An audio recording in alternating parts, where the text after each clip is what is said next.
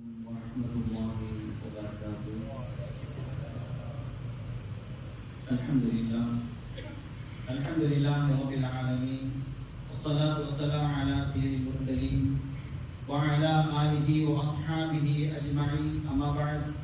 Qala Allah ta'ala fil Qur'anil azim wa fil Qur'anil majid. A'udzu billahi minasy syaithanir rajim. Bismillahir rahmanir rahim. ومن آياته أن خلق لكم من أنفسكم أزواجا لتسكنوا إليها وجعل بينكم مودة ورحمة إن في ذلك لآيات لقوم يتفكرون صدق الله العلي العظيم. புகழ் அனைத்தும் ஏகோவனாகிய அல்லாஹ்வுக்கு உண்டாகட்டுமாக. கண்மணி நாயகம் ஸல்லல்லாஹு அலைஹி வஸல்லம் அவர்கள் மீதும் அவர்களின் நடிச்சுவாரை நடுவாது பின்பற்றி வந்த சதி சஹாபாக்கள், தாபிஈன்கள், தபஅ தாபிஈன்கள், குறிப்பாக நம் மீதும் நம் குடும்பத்தின் மீதும் அல்லாஹ்வுடைய கிருபை என்றென்றும் நிலவட்டுமாக. கணியத்திற்கும் பெருமதிக்கும் வைத்தான அல்லாஹ்வின் நல்லடியார்களே, அல்லாஹ்வுடைய கிருபையினாலே ஒரு வரக்கத்து குறித்த புனிதமான ஒரு மாதத்தில் அமர்ந்து அல்லாஹ்வை பற்றியும் அல்லாஹ்வுடைய ரசூலை பற்றியும் நாம் பேசுவதற்கும் கேட்பதற்கும் அல்லாஹ் நமக்கு ஒரு வாய்ப்பு அளித்திருக்கிறார் என்று சொன்னால் அல்லாஹ்வுக்கு நாம் மிகவும் நன்றி செய்ய கடமைப்பட்டிருக்கிறோம். இந்த மஜ்லிஸுடைய வரக்கத்தை கொண்டு அல்லாஹ் நம்முடைய பாவங்களை மறைத்து நினைத்து நாளைக்கு மறுமையிலே ஜனத்திற்கு ஒதுக்கி சொல்லக்கூடிய உயர்தரமான சொர்க்கத்திலே நாம் அனைவரையும் அல்லாஹ் தஆலா வந்து சேர்ப்பானாக. கணியத்திற்கும் பெருமதிக்கும் வைத்தான அல்லாஹ்வின் நல்லடியார்களே, நபி ஸல்லல்லாஹு அலைஹி வஸல்லம் அவர்கள் தன் வாழ்க்கையில் எப்படியெல்லாம் வாழ்ந்தார்கள், எப்படியெல்லாம் இந்த மனித சமூகத்திற்கு வாழ்க்கையை கற்றுக் கொடுத்தார்கள் என்பதைத்தான் நாம் பார்த்து கொண்டிருக்கிறோம். கண்ணியமிக்கவர்களே, சமூகம் என்பது ஒரு தனி மனிதர்களால் ஆனதல்ல, குடும்பங்களால் ஆனது. ஒரு குடும்பம் அமைதியாக இருந்தால் மட்டுமே அந்த சமூகம் அமைதியாக இருக்கும். இன்றைக்கு வாழக்கூடிய நாம் இந்த நவீன உலகத்தை நாம் சற்று சிந்தித்து பார்த்தோம் என்று சொன்னால், அறிவியல் வளர்ந்துவிட்டது, தொழில்நுட்பம் வளர்ந்துவிட்டது, பிரமாண்டமான வீடுகள் எல்லாம் வந்துவிட்டது. ஆனால் அந்த வீட்டுக்குள்ளே மன நிம்மதி இருக்கிறது சொன்னால் பெரும்பாலான குடும்பங்களிலே கிடையாது. ஏனென்று சொன்னால் இந்த உலகத்துக்கு தேவையான எல்லா விஷயங்களையும் மனிதன் தனக்குள் வைத்துக் கொண்டான். ஆனால் குடும்பத்துக்குள்ளே அல்லாஹ் ரசூல் எதை கற்றுத்தந்தார்களோ அந்த செயல்பாடுகள் இல்லாததன் காரணமாக அந்த குடும்பத்துக்குள்ளே மன நிம்மதிகள் இல்லாமல் மன சங்கடங்கள், மன கஷ்டங்களோடு தான் பல குடும்பங்கள் ஓடிக்கொண்டிருப்பதை இந்த வாழ்க்கையிலே நாம் பார்க்கின்றோம். இந்த உலகத்திலே விவாகரத்துகள் பெருகி வரக்கூடிய காட்சியை பார்க்கின்றோம். ஆய்வு ஒன்று கூறுகிறது, உலகளவில் ஒவ்வொரு ஆண்டுமே சுமார் 45 லட்சம் முதல் 50 லட்சம் தம்பதிகள் விவாகரத்து வாங்கி கொண்டிருக்கிறார்கள். அதிலும் குறிப்பாக அமெரிக்கா மற்றும் ஐரோப்பிய நாடுகளில் திருமணமான மக்கள் 40 விழுக்காடு முதல் 50 விழுக்காடு வரை விவாகரத்து தான் முடிகிறது. இந்தியாவில் மட்டும் ஆண்டுக்கு சுமார் 13 லட்சம் விவாகரத்துகள் வழக்குகள் பதிந்திருக்கிறது. மலேசியாவில் எடுத்துக்கொண்டு சொன்னால் ஆண்டுக்கு சுமார் 50,000 முதல் 60,000 வரை விவாகரத்துகள் பதிவாயிருக்கின்றன. இதெல்லாம் பார்க்கும் பொழுது எவ்வளவு மனதிற்கு கஷ்டமாக இருக்கிறது. இதெல்லாம் எப்படி என்று சொன்னால் ஒரு வருடத்தில் இருந்து 5 வருடத்திற்குள் இதெல்லாம் நடக்குது என்பதாக ஒரு ஆய்வு கூறுகிறது. இதன் கவலைக்குரிய விஷயம் என்று சொன்னால் முஸ்லிம் தம்பதிகள் இதில் அதிகமாக இருக்கிறார்கள் என்பதுதான். இதன் காரணமாக ரசூலுல்லாஹி ஸல்லல்லாஹு அலைஹி வஸல்லம் தன் வாழ்க்கையை எப்படி வாழ வேண்டும், இந்த குடும்பியல் வாழ்க்கையை எப்படி அமைத்துக் கொள்ள வேண்டும் என்ற சொன்ன வாழ்க்கை நம்மளுக்கு இல்லாததன் காரணமாகத்தான் நம்முடைய இன்று அதிகமான விவகாரத்தில் இருப்பதை பார்க்கிறோம். கண்ணியமிக்கவர்களே, இந்த குடும்ப வாழ்க்கையை எப்படி அமைத்துக் கொள்ள வேண்டும், இந்த குடும்பம் எப்படி அமைய வேண்டும் என்பதை அல்லாஹ்வும் அவருடைய ரசூலும் சொல்லித் தருவதை நாம் சற்று பார்த்தோம் என்று சொன்னால் கண்டிப்பாக நம்முடைய வாழ்க்கையில் சந்தோஷத்தை தவிர அது எதிரே இருக்காது. அல்லாஹ் தஆலா திருமறையிலே குறிப்பிட்டு காட்டுவான், وَمِنْ آيَاتِهِ أَنْ خَلَقَ لَكُم مِّنْ أَنفُسِكُمْ أَزْوَاجًا لِتَسْكُنُوا إِلَيْهَا وَجَعَلَ بَيْنَكُمْ مَوَدَّةً وَرَحْمَةً إِنَّ فِي ذَلِكَ لَآيَاتٍ لِقَوْمٍ يَتَفَكَّرُونَ. நீங்கள் அவரிடத்திலே அமைதி பெறுவதற்காக வேண்டி உங்களிலிருந்தே உங்களுக்கென ஒரு துணைவியை அவன் உருவாக்கியதும், உங்களிடையில் அன்பையும் கருணையும் உண்டாக்குவதும், அவனுடைய சான்றுகளில் உண்டான விஷயமாகும் என்பதாக இது சிந்திக்கக்கூடிய மக்களுக்கு மிகப்பெரிய படிப்பில் இருக்கிறதாக அல்லாஹ் தஆலா குறிப்பிட்டு காட்டுகிறார். இந்த ஆயத்தை நாம் சற்று சிந்தித்து பார்த்தோம் சொன்னால், மின் அன்ஃபுசிக்கும் அஸ்வாஜா, உங்களிலிருந்தே ஒரு மனைவி, உங்களிலிருந்தே அந்த பெண்ணை நாம் உருவாக்கி இருக்கிறோம் என்று சொல்கிறார். அப்படி என்று சொன்னால், உங்களிலிருந்து மின் அன்ஃபுசிக்கும் என்று சொன்னாலே என்ன அர்த்தம் என்று சொன்னால், உங்களிலிருந்து உருவாக்கி இருக்கிறார் சொன்னால் உங்களை படைத்தது போது நான் படைத்திருக்கேன் என்று சொல்லவில்லை. உங்களிலிருந்து உருவாக்கி இருக்கிறோம் என்று சொன்னால் நீங்களும் அவர்களும் குடும்பத்திலே சமமானவர்கள் தான். குடும்பத்திலே இருவரும் சமமானவர்கள் தான். உங்களுக்கு என்ன உணர்வுகள் இருக்குமோ அதே போன்ற உணர்வுகள் தான் பெண்களுக்கு இருக்கும். ஆகையினாலே நாம் உயர்ந்தவர்கள், ஆண்களாக நாம் உயர்ந்தவர், பெண்கள் தாழ்ந்து என்பதாக அந்த பெண்ணை நீங்கள் அடிமைப்படுத்திக் கூடாததற்காக தான் அல்லாஹ் தஆலா மின் அன்ஃபுசிக்கும் என்று சொல்வார். என்று சொன்னால் இந்த உலகத்தில் வாழும் பொழுது அதிகமான ஆண்களுடைய அந்த கை ஓங்கி இருப்பதை பார்க்க முடிகிறது. அதைத்தான் அல்லாஹ் தஆலா சொல்வான், மின் அன்ஃபுசிக்கும், உங்களிலிருந்து எடுக்கப்பட்ட பெண் என்று சொன்னால் அந்த பெண்ணும் நீங்களும் சரிசமமான வாழ்க்கை தான். அந்த கொடுக்கக்கூடிய அந்த விஷயம் இருக்கிறதே அது ரெண்டுக்குமே சமமானவர்கள் தான் என்று அல்லாஹ் தஆலா குறிப்பிட்டு காட்டுவான். அது மட்டும் இல்ல, அல்லாஹ் தஆலா சொல்வான், லிதஸ்குனு அலைஹா, நீங்கள் அவளிடத்திலே அமைதி வருவதற்காக வேண்டி தான் சொல்வான். இந்த பெண்ணை படைத்த நோக்கம் ஆண்களுக்கு என்னவென்று சொன்னால், முதலிலே நீங்கள் சரிசமமானவர்கள் குடும்ப விஷயத்திலே, இரண்டாவது நீங்கள் நிம்மதியாக இருக்கின்ற என்பதற்காக. நிம்மதி என்று சொன்னால் இரண்டு பேருக்குமே நிம்மதிதான். இஸ்லாம் இல்லறத்தை வெறும் உடலின் தேவையாக மட்டும் பார்ப்பதில்லை. இல்லறத்தின் முதன்மை நோக்கமே சஹியா என்று சொல்லக்கூடிய மன நிம்மதியை தான் சொல்கிறது. ஒரு கணவன் ஒரு மனைவிடத்தில் எப்படி நடக்க வேண்டும், ஒரு மனைவி கணவனிடத்தில் எப்படி நடக்க வேண்டும் என்பதை இஸ்லாம் அழகாக சொல்லித் தருகிறது. அல்லாஹ் சொல்லுவான், ஒரு கணவன் நாள் முழுவதும் வெளியே அலைந்து திரிந்து உழைத்து மன அழுத்தத்தோடு களைப்போடு வீட்டுக்கு நுழையும் பொழுது அவனது களைப்பையும் அத்தனையும் போக்க அமைதி சோலையாக ஒரு மனைவி இருக்க வேண்டும் என்பதைத்தான் லிதஸ்குனு அலைஹா என்பதாக அல்லாஹ் சொல்லி காட்டுகிறார். ஒரு மனைவி எப்படி இருக்க வேண்டும், கணவன் வெளியே வரக்கூடிய நேரத்திலே அவருக்கு எல்லா விதமான ஒத்தாசைகள் செய்ய வேண்டும் என்பதைத்தான் அல்லாஹ் தஆலா சொல்கிறார். அதே போன்று நாள் முழுவதும் வீட்டு பொறுப்புகளையும் குழந்தைகளையும் சுமக்கக்கூடிய மனைவிக்கு கணவன் கனிவான ஒரு பார்வை, ஒரு வார்த்தையும் அமைதி தர வேண்டும் என்பதற்காக தான் அல்லாஹ் தஆலா லிதஸ்குனு அலைஹா என்று சொல்வான். ஆக கணவன் மனைவிக்கு மத்தியிலே, இரண்டு பேருக்கு மத்தியிலே நீங்கள் வாழும் பொழுது ஒரு நிம்மதி இருக்கிறது என்பதாக அல்லாஹ் தஆலா இந்த திருமண ஒப்பந்தத்திலே குடும்ப விஷயத்தில் அல்லாஹ் தஆலா சொல்லி காட்டுவான். அது மட்டும் இல்ல, கணவன் மனைவியிடத்தில் அமைதி தேட வேண்டும், மனைவி கணவனிடத்தில் அமைதி தேட வேண்டும் என்பதற்காக தான் லிதஸ்குனு அலைஹா என்று அல்லாஹ் தஆலா இந்த வார்த்தையை குர்ஆனிலே பயன்படுத்துவான். அது மட்டும் இல்ல, அடுத்து சொல்லக்கூடிய மிக முக்கியமான விஷயம் மவத்தத்தும் வரஹ்மா. மவத்தத்தும் வரஹ்மா, அந்த இரண்டு பேருக்கு மத்தியிலே ஒரு இணைப்பை ஏற்படுத்தியிருக்கிறோம், ஒரு அன்பை ஏற்படுத்தியிருக்கிறோம், ஒரு காதலை ஏற்படுத்தியிருக்கிறோம், வரஹ்மா இன்னும் ரஹ்மத்தை கருணை ஏற்படுத்தியிருக்கிறோம் என்று அல்லாஹ் சொல்லி காட்டுகிறான். இந்த இரண்டையும் பார்க்கும் பொழுது மவத்தா என்று சொன்னால் இரண்டு பேருக்கு மத்தியிலே ஒரு காதல் என்று சொன்னால் திருமணம் முடித்ததற்கு என்பதாக கொஞ்சம் காலகட்ட ஒரு காதலிலே மலர் இருப்பார்கள், எப்போது சந்தோஷமாகவே இருப்பார்கள். இந்த காலகட்டத்திலே அவர்கள் இரண்டு மத்தியிலே அதிகமான அன்புகள் இருக்கும். ஆனால் காலங்கள் செல்ல செல்ல செல்ல செல்ல அந்த அன்பு குறையக்கூடிய நேரத்திலே அல்லாஹ் சொல்வான், வந்தத்தும் வரஹ்மா, அவர்கள் மீது நீங்கள் ரஹ்மத்தாக இருக்க வேண்டும். எப்படி என்று சொன்னால், இளமை பருவத்திற்கக்கூடிய அந்த காதல் இருக்கிறதே, வயது முதிர்க்கும் போது அந்த காதல் கொஞ்சம் குறைத்து விடும். அல்லது வேறு ஏதோ காரணங்கள், உதாரணமாக வறுமையின் காரணமாக ஒரு மனிதனுக்கு காரணத்துக்கு கொடுக்க முடியாத அளவுக்கு வறுமையை தருகின்றார் சொன்னால் அங்கே அன்பு குறையும். அதே போல நோய்களின் காரணமாகவும் அன்பு குறைய வாய்ப்பு இருக்கிறது. அதே போன்ற சோதனைகள், இது போன்ற பல சகனங்கள், கஷ்டங்கள் வரக்கூடிய நேரத்திலே அன்பு குறைந்தாலும் இரண்டு இடத்திலே கருணை இருக்க வேண்டும் என்பதற்காக அல்லாஹ் தஆலா ரஹ்மா என்று சொல்லிக் கொடுத்து காட்டுகிறான். நீங்கள் ரஹ்மத்தாக இருக்க வேண்டும், கருணையாக இருக்க வேண்டும், அன்பாக இருக்க வேண்டும் என்று அல்லாஹ் தஆலா குர்ஆனில் சொல்லி காட்டுகிறான். அது இல்லாததின் காரணமாகத்தான் என்ற அதிகமான டைவர்ஸ்கள் அவருக்கு மெயின் காரணம் தான். அல்லாஹ் சொல்லக்கூடிய இந்த விஷயத்தை நம்முடைய வாழ்க்கையில் எடுக்கவில்லை. ரசூலுல்லாஹி ஸல்லல்லாஹு அலைஹி வஸல்லம் சொல்லக்கூடிய அந்த விஷயத்தை எடுக்காததன் காரணமாகத்தான் இவ்வளவு விஷயங்கள் இருக்கிறது. இது அல்லாஹ் சொல்லக்கூடிய விஷயம்.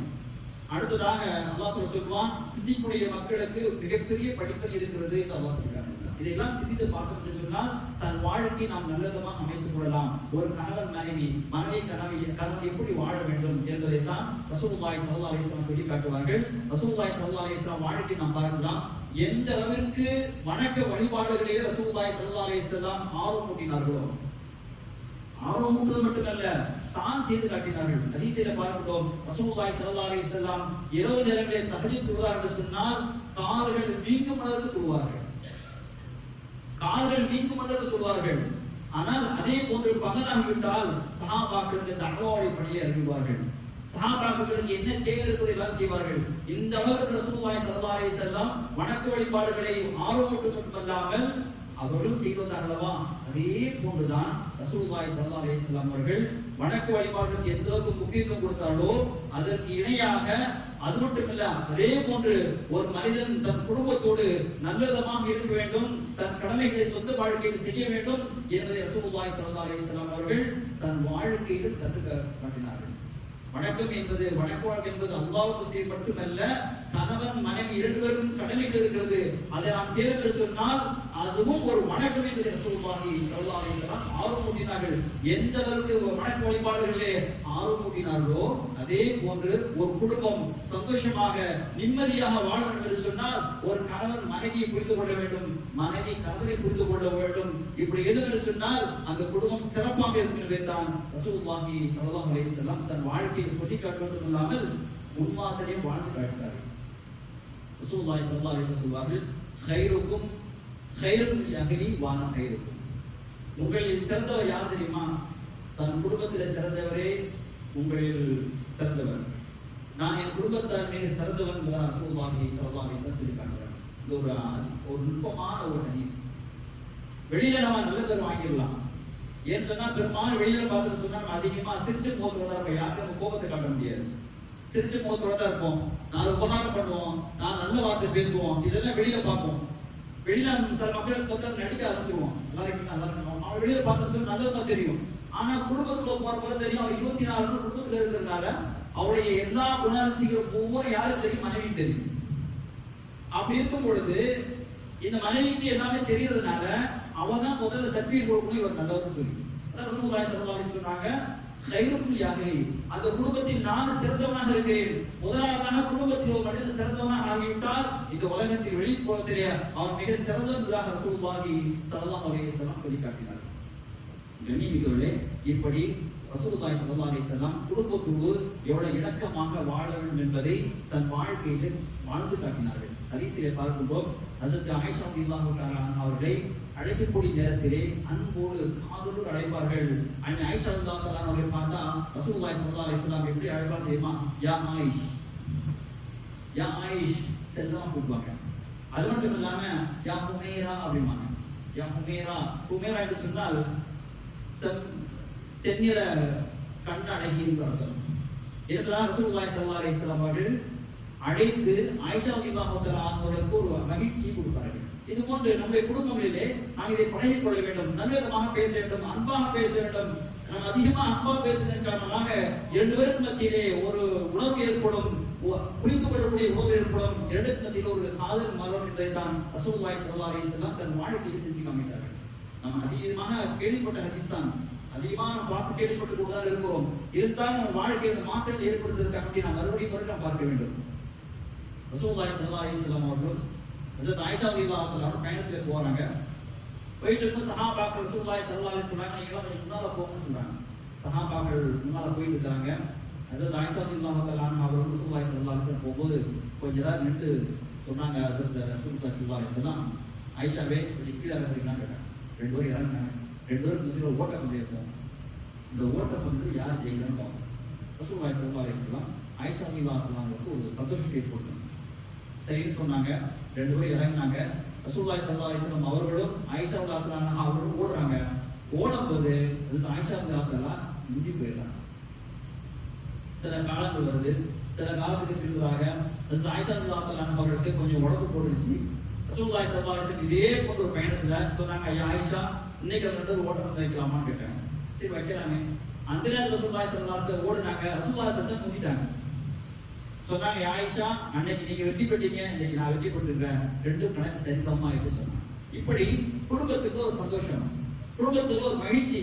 இவர் ரசூலுல்லாஹி ஸல்லல்லாஹு அலைஹி வஸல்லம் எவ்வளவு பெரிய மன்னர், ஒரு நாட்டுக்கு ஒரு உலகத்துக்கு ஒரு அதிபதியா இருந்தாலும் கூட கணவன் மனைவிக்கு வரக்கூடிய நேரத்திலே மனைவிக்கு சில சந்தோஷத்தை எப்படி ஏற்படுத்தி ரசூலுல்லாஹி ஸல்லல்லாஹு அலைஹி வஸல்லம் முயற்சி செய்தார்களோ அதே போது நாம் குடும்பத்தில் வாழும்போது சந்தோஷத்தை நாம் ஏற்படுத்த நாம் முயற்சி செய்தோம் என்று சொன்னால் அந்த குடும்பம் நல்ல விதமாக இருக்கும் தான் ரசூலுல்லாஹி ஸல்லல்லாஹு அலைஹி வஸல்லம் சொன்னாங்க. அது மட்டும் இல்ல, வீட்டு வேலைகள் எல்லாமே ரசூலுல்லாஹி ஸல்லல்லாஹு அலைஹி வஸல்லம் ஹதீஸில பார்க்கிறோம். அது ஆயிஷா ரலியல்லாஹு தஆலா அவர்களுக்கு கேட்கப்பட்டது, ரசூலுல்லாஹி ஸல்லல்லாஹு அலைஹி வஸல்லம் அவர்கள் எப்படி உங்களுடைய குடும்பத்தில் வந்து கொள்வார்கள் என்று சொல்லும் பொழுது அது ஆயிஷா ரலியல்லாஹு தஆலா சொன்னார்கள், தொழுகை நேரம் போக எல்லா நேரத்திலும் ரசூலுல்லாஹி ஸல்லல்லாஹு அலைஹி வஸல்லம் எங்களுக்கு மிக உத்தாசையா இருப்பார்கள். எதற்கு சொன்னால் ஆடைகளை தாமே தைத்துக் கொள்வார்கள், கிழிந்த ஆடையை தாமே தைத்துக் கொள்வார்கள், செருப்புகளை தைத்துக் கொள்வார்கள், ஆடுகளுக்கு பால் கறந்து கொள்வார்கள் போன்ற எல்லா வேலையும் எங்களுக்கு உறுதுணையாக இருப்பார்கள் என்று ரசூலுல்லாஹி ஸல்லல்லாஹு அலைஹி வஸல்லம் சொல்லக்கூடிய செய்யக்கூடிய விஷயத்தை அந்த ஆயிஷா ரலியல்லாஹு தஆலா அவர்கள் சொல்கிறார்கள்.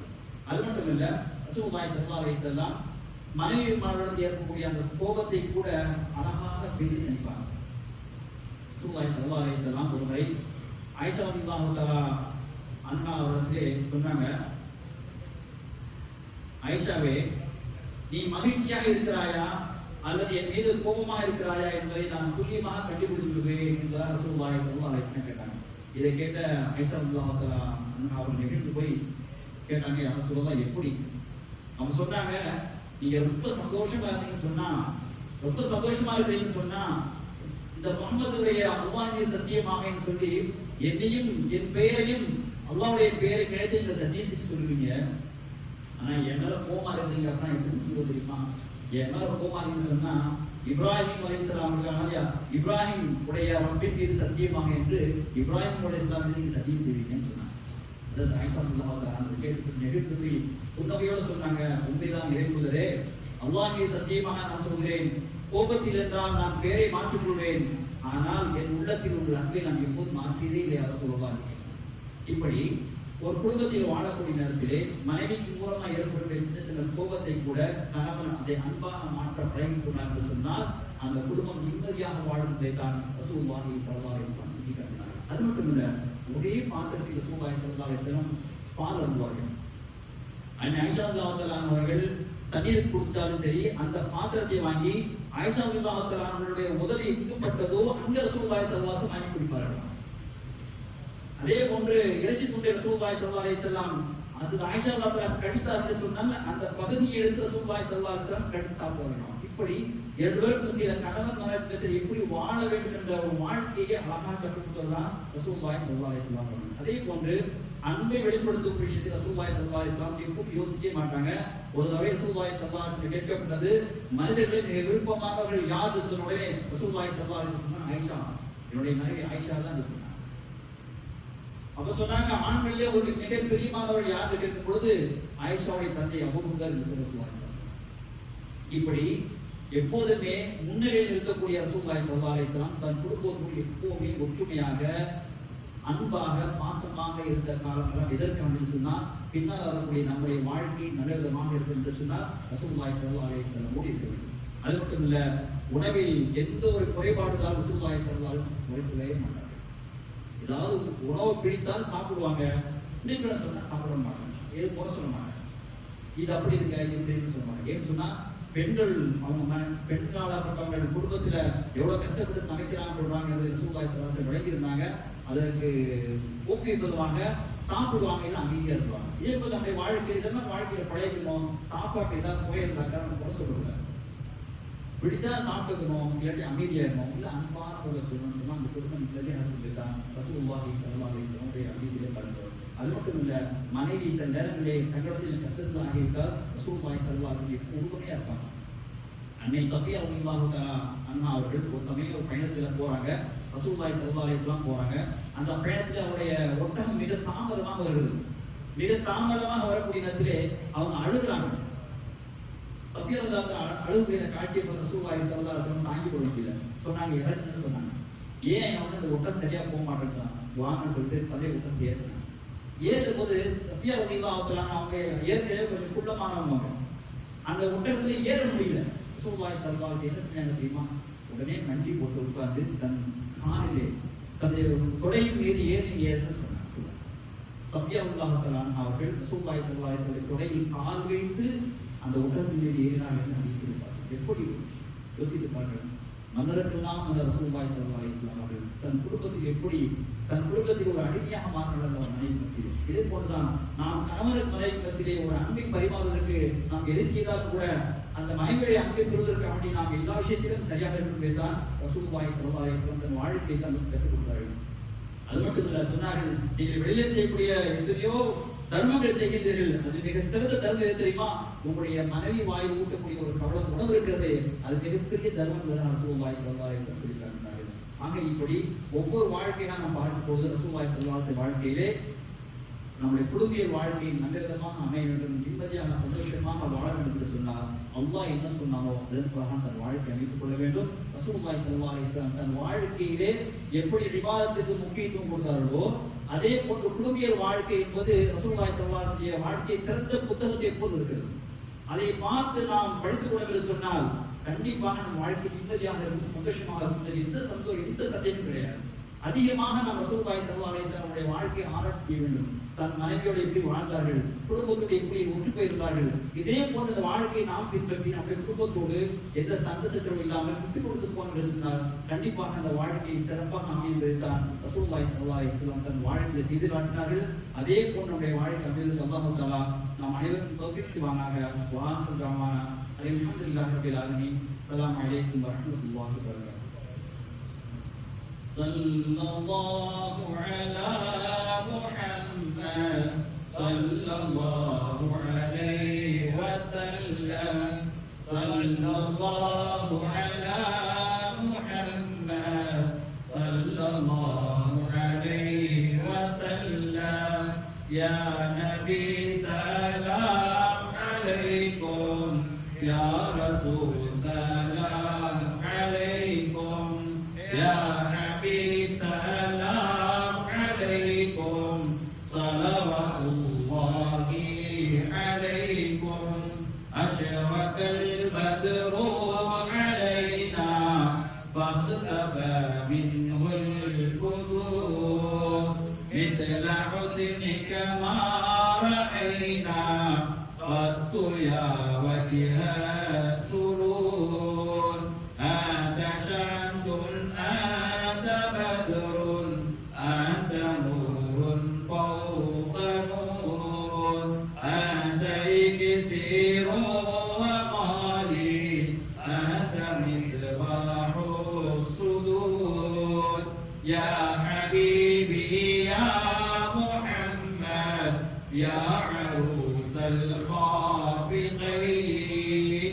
يا مؤيد يا ممجد يا إمام القبلتين. من رأى وجهك يسعد يا كريم الوالدين.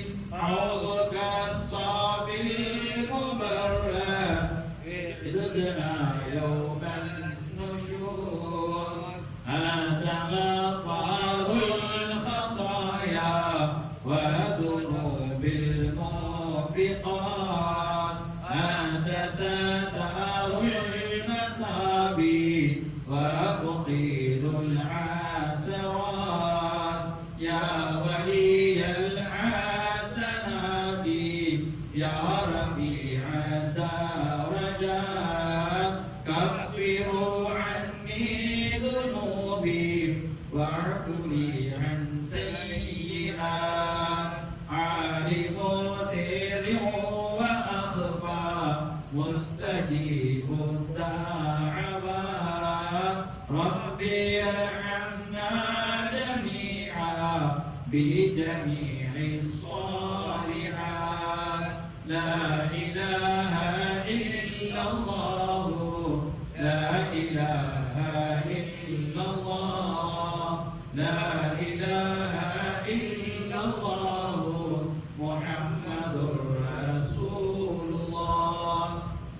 صلى الله على محمد صلى الله عليه وسلم. صلى الله على محمد صلى الله عليه وسلم. صلى الله